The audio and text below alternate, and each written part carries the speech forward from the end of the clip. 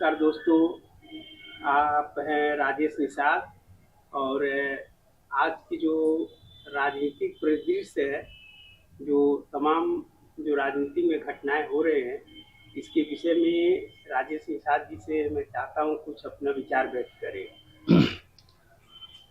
साथियों, मैं राजेश साहनी, भाकपा माले गोरखपुर मंडल प्रभारी और इंडिया गठबंधन के एक घटक पार्टी भाकपा माले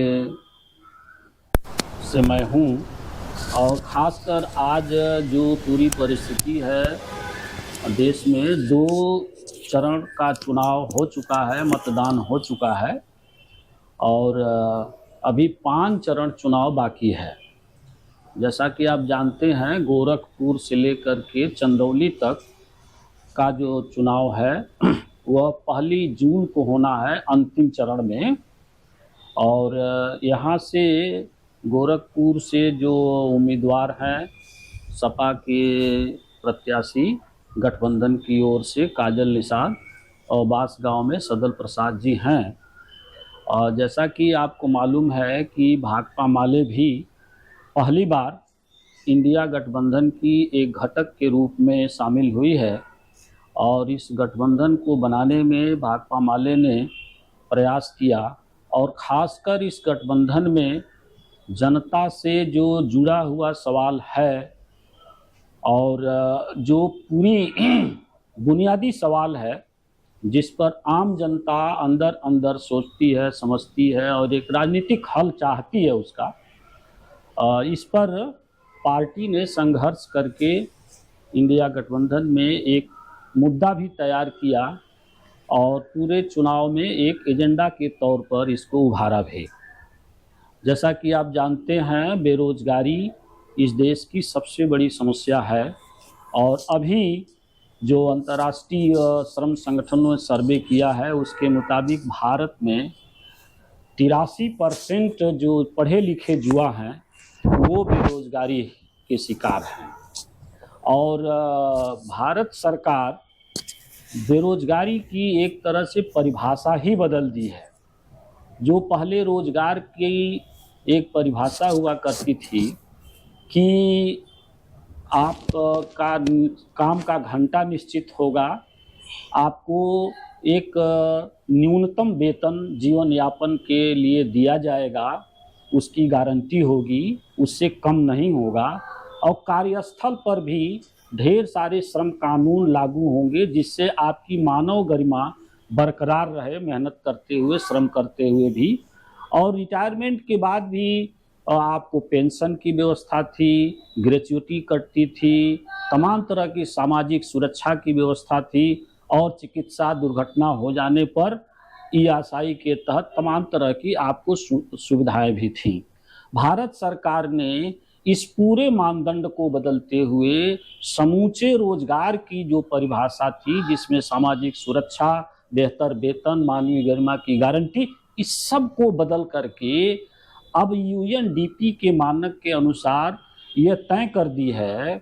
अब आप कल्पना करिएगा कि मोदी जी कहते हैं कि चाट बेच लो।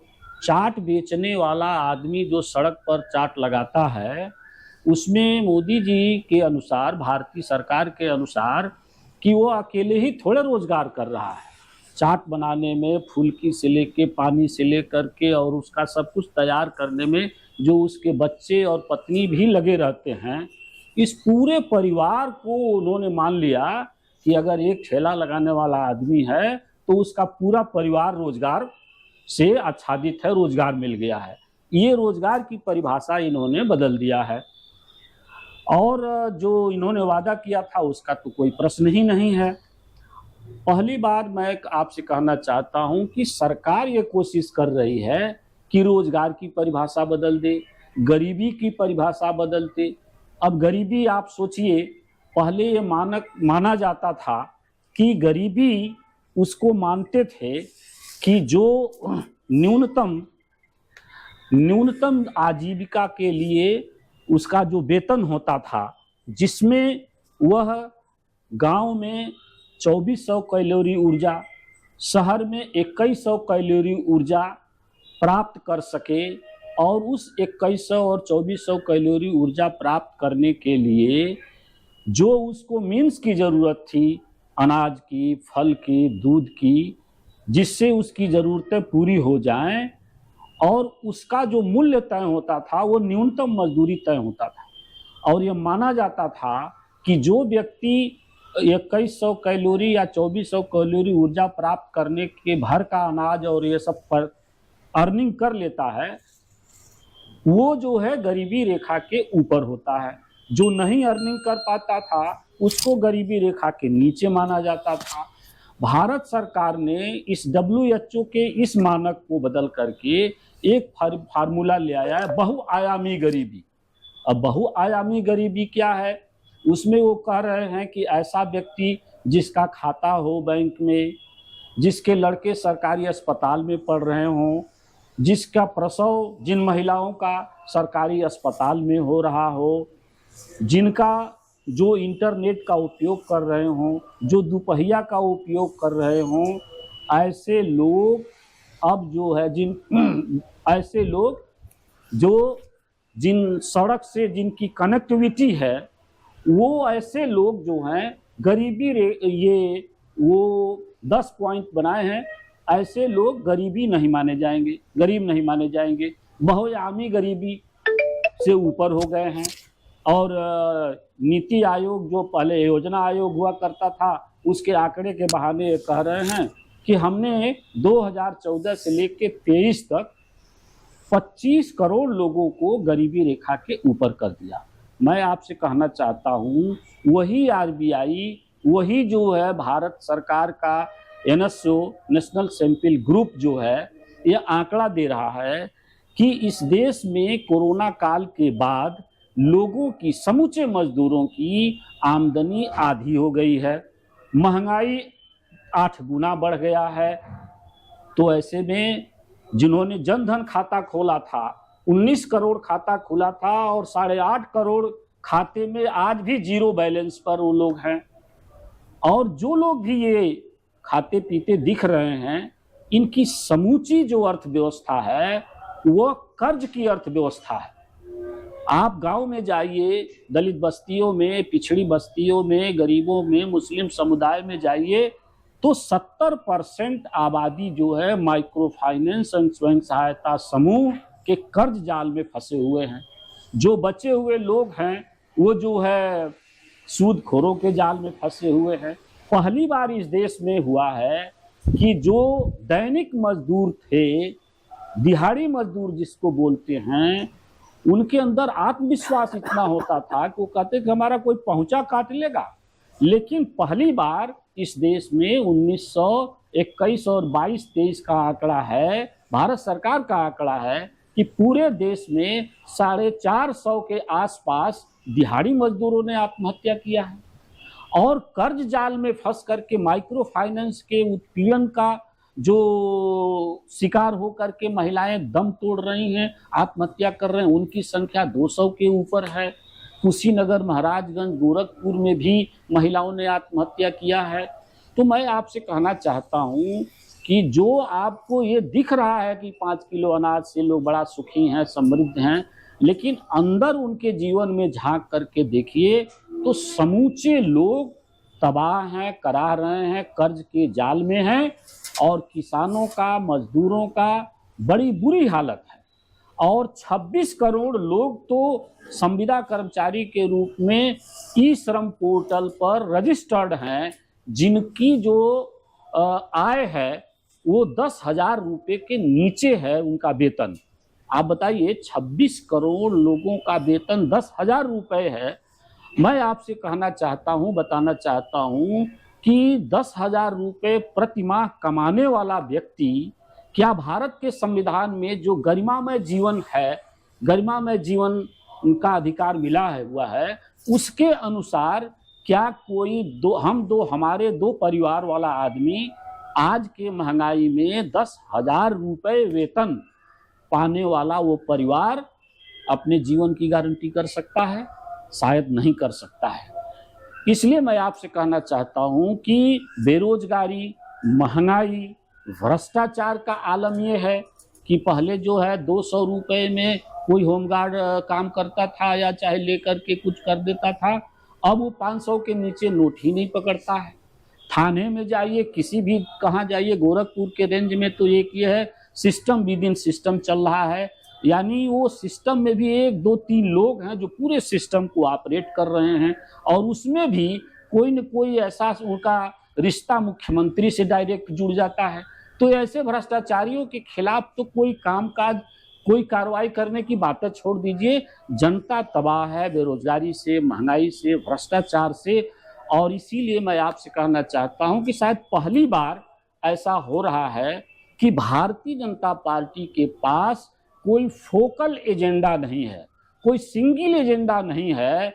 2014 में बहुत हुई महंगाई की मार, बहुत हुआ भ्रष्टाचार, बहुत हुआ जो है बेरोजगार, अब की बार फलाने सरकार, लेकिन अब की 19 में पुलवामा हो गया। लेकिन इस बार इन्होंने सोचा था कि राम मंदिर बना करके पूरे देश में हवा फैला देंगे, लहर फैला देंगे, ऐसा नहीं हुआ। पहली बार शायद भारतीय जनता पार्टी के पास कोई ऐसा मुद्दा नहीं है जो जनता के सामने वो पेश कर सकें। मैं आपसे कहना चाहता हूँ, ऐसे में आज जो है भारतीय जनता पार्टी के नेताओं द्वारा, खासकर प्रधानमंत्री के द्वारा भी जो बातें धीरे धीरे अपने व्यवहार से, बातचीत से, संकेत में बातें कही गई हैं, वो ये है कि भारतीय जनता पार्टी आएगी तो संविधान बदल देगी। यह मैसेज पूरे देश के आम जनमानस में चला गया है, गरीबों में चला गया है, दलितों, पिछड़ों और अल्पसंख्यकों में चला गया है। जो भी लोकतंत्र पसंद हैं, संविधान पसंद लोग हैं, वो सब लोग इस आशंका में है, और उनका आशंका कोई निर्मूल नहीं है, क्योंकि इनके हिंदू संगठनों ने बाकायदे शपथ लेकर के कहा है कि हिंदू संगठन हम हिंदू देश बनाएंगे। हम जो है हरिद्वार में उन्होंने सम्मेलन करके बाकायदे हिंदू संविधान जो है भगवा संविधान प्रस्तुत किया। इसी तरह से इनके विधायक, इनके मंत्री यह बात कहते हुए देखे गए हैं, सुने जा रहे हैं, जिससे आम जनमानस में एक धारणा बनी हुई है, और वो धारणा निर्मूल नहीं है, तथ्यों के आधार पर है कि भारतीय जनता पार्टी इसीलिए नारा दी हुई है कि अब की बार 400 पार, किस लिए कि संविधान बदलने के लिए, हिंदू राष्ट्र बनाने के लिए। ऐसे में मैं आपसे कहना चाहता हूं कि अंडर करेंट एक वेव चल रहा है भारतीय जनता पार्टी के खिलाफ, और इंडिया गठबंधन जो सवाल उठा रहा है, जो न्याय का सवाल उठा रहा है, जो एक अच्छा भारत बनाने का सवाल बना रहा है, और इसीलिए आम जनमानस आज इंडिया गठबंधन के पक्ष में खड़ा हो रहा है। भाकपा माले भी गोरखपुर से लेकर के पूरे उत्तर प्रदेश में पूरी ताकत से, पूरी क्षमता से इंडिया गठबंधन के प्रत्याशियों को जिताने में अपनी लगा हुआ है, और पूरा कोशिश कर रहा है कि भारतीय जनता पार्टी ने जो अब तक अफवाह फैलाई है, जो पूरा उनका अब तक जो है एक तरह से झूठ का जो आंधी चलती जा रही है, इसको पहली बार जनता के रियल सवालों से, जनता के बुनियादी सवालों से इनको हटाया जाए, भगाया जाए, और इनको संविधान बचाने के लिए खुद खड़ा हुआ जाए। और मैं एक बात और कह करके कि शायद आरबीआई का ये उदाहरण देते हैं, विदेशी मुद्रा भंडार बढ़ गया, तमाम चीज़ें बढ़ गई। मैं आपसे कहना चाहता हूँ, वही आरबीआई आज जो आंकड़ा दे रहे हैं, उसके अनुसार जो गरीब लोग, जो मजदूर लोग, जो कर्मचारी अपना पेट काट काट करके अपनी ज़रूरतों की चीज़ों को रोक करके कैजुअल्टी के लिए, दुर्घटना के लिए, अपने भविष्य की सुरक्षा के लिए जीपीएफ कटवाता था, बीमा करवाता था, एलआईसी करवाता था, बचत करता था, उस बचत में आरबीआई ने बताया है कि 21-22 में 47% की कमी हुई है। भारतीय सरकार, भारत केंद्र सरकार, मोदी की सरकार जितना भी ढिढोरा पीट ले कि गुड गवर्नेंस और क्या क्या मैंने किया है, मैं आपसे कहना चाहता हूं कि 56% उसी आरबीआई के रिपोर्ट में है कि 56% ऐसे लोग आज भी हैं जो आज भी किसी भी सामाजिक कल्याण के योजना से, सामाजिक सुरक्षा की नीति से आच्छादित नहीं हैं। यानी उनका कोई बीमा नहीं है, उनका कोई चिकित्सा बीमा नहीं है, कोई LIC नहीं है, उनका कोई पेंशन नहीं है। ऐसे लोग हैं जो आज बेचैन हैं, और इस बेचैनी को एक तरह से कहा जाए कि संकेत माना जाए कि भारत के अंदर कुछ कुछ नया होने की बात लोग सोच रहे हैं, बदलाव की बात सोच रहे हैं, परिवर्तन की बात सोच रहे हैं।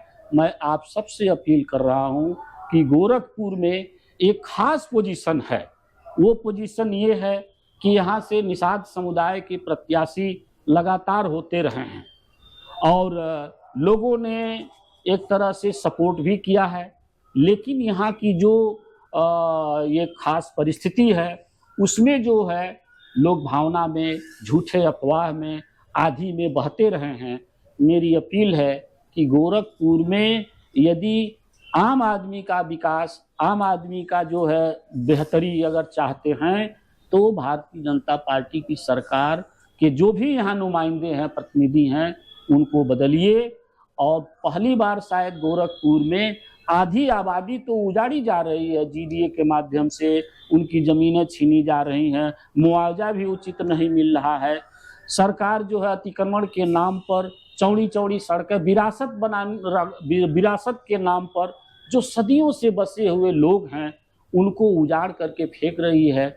वो लोग, ऐसे उजाड़े गए लोग कहाँ बसेंगे, उनका पुनर्वास कहाँ होगा, उसकी कोई व्यवस्था नहीं है। तो ऊपर से चमक दमक सब कुछ बढ़ाया जा रहा है, रंग रोगन बढ़ाया जा रहा है।